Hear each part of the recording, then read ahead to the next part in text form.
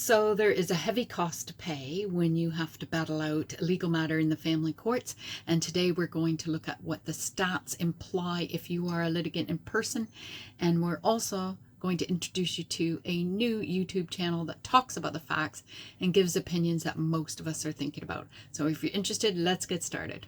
So if you're new to my channel, welcome. My name is Karen Cole from Legal Minded Friends, and I am a UK lawyer in England and Wales, and I help litigants in person to understand the process of the law and help them through a legal matter. If you're wondering why it takes so long to get hearing dates in the court, well, you're not going to believe this, but the court has a huge heavy load, and in 2021 the courts had over 109,000 applications for just divorce and separation annulments and things like that. So that figure was down by 4% from the previous year in 2020. You would think because the divorce applications were down by 4% from the previous time that the courts could be quicker. However, what you're not going to believe is that there's been an increase in parental disputes, and they've gone up by 4%, so that kind of just knocks the other stat that just went down. And then the other increase is domestic abuse violence remedies. They have gone up by 3%. The Ministry of Justice has also recorded that 41% of the cases that they've received in the first quarter of 2022 were litigants in person.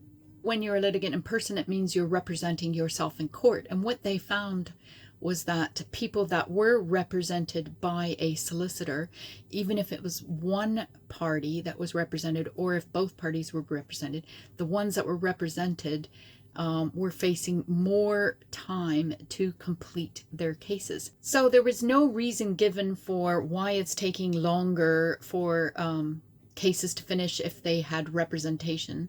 But one can assume that it's either because the cases are more complicated. However, my view on that is if you're with Legal Minded Friends, it doesn't matter because you pay in stages. So if your case is more complicated, it takes more time, because you've paid in stages, it's not going to break the bank for all these delays and waiting for information. However, if you've got a solicitor and you're doing that, then obviously you're going to be paying for that extra time that it takes. So even if it's more complicated in a family matter, it normally just means that there's more investigations that need to be completed. So I think that's something that people should take on board. And I say this because I just read through a case that the judge made a comment because one of the parties were trying to get their legal costs back, and the judge said, you know, that it was shocking that it cost 17% of their family assets. So I was thinking about this. What if your family assets are around 300,000 and you could end up paying a legal bill of 51,000? So the issue is that the starting point for the courts when they're given a cost order is 0, okay? And the only time they break away from that or deviate from that, there's got to be special circumstances. And if you want to know more about that, watch my video below, as I've done a video on if you're trying to get costs back from litigation. So as promised, I want to introduce you to this new YouTube channel that I just found. It's called Pretty Lies and Alibis.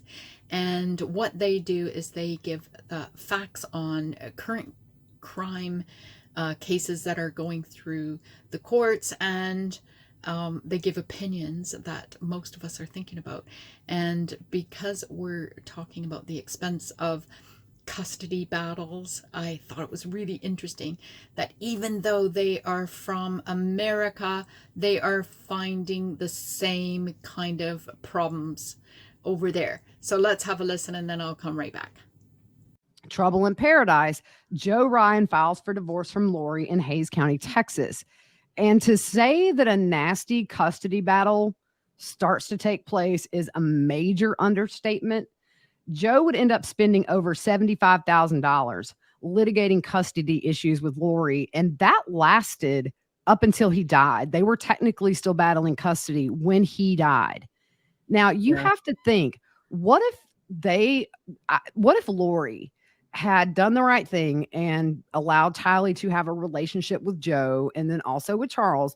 $75,000 would have went a long way in better ways for Tylee's future.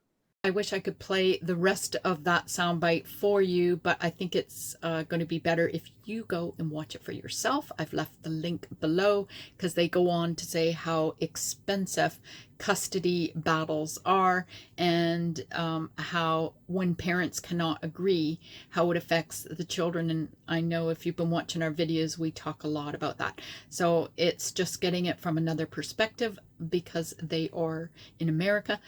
But what's interesting is that it seems to be a problem that is worldwide. Before ending, I'd like to thank you for watching this video. Please subscribe free, share with your friends, as you never know who you can help.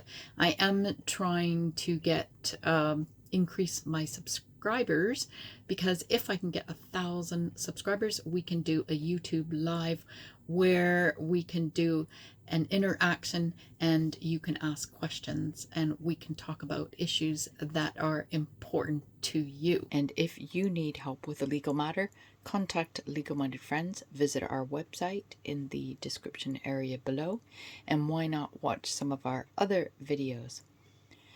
Please like this video, share this video, as you never know who you will help. Subscribe free. Thank you.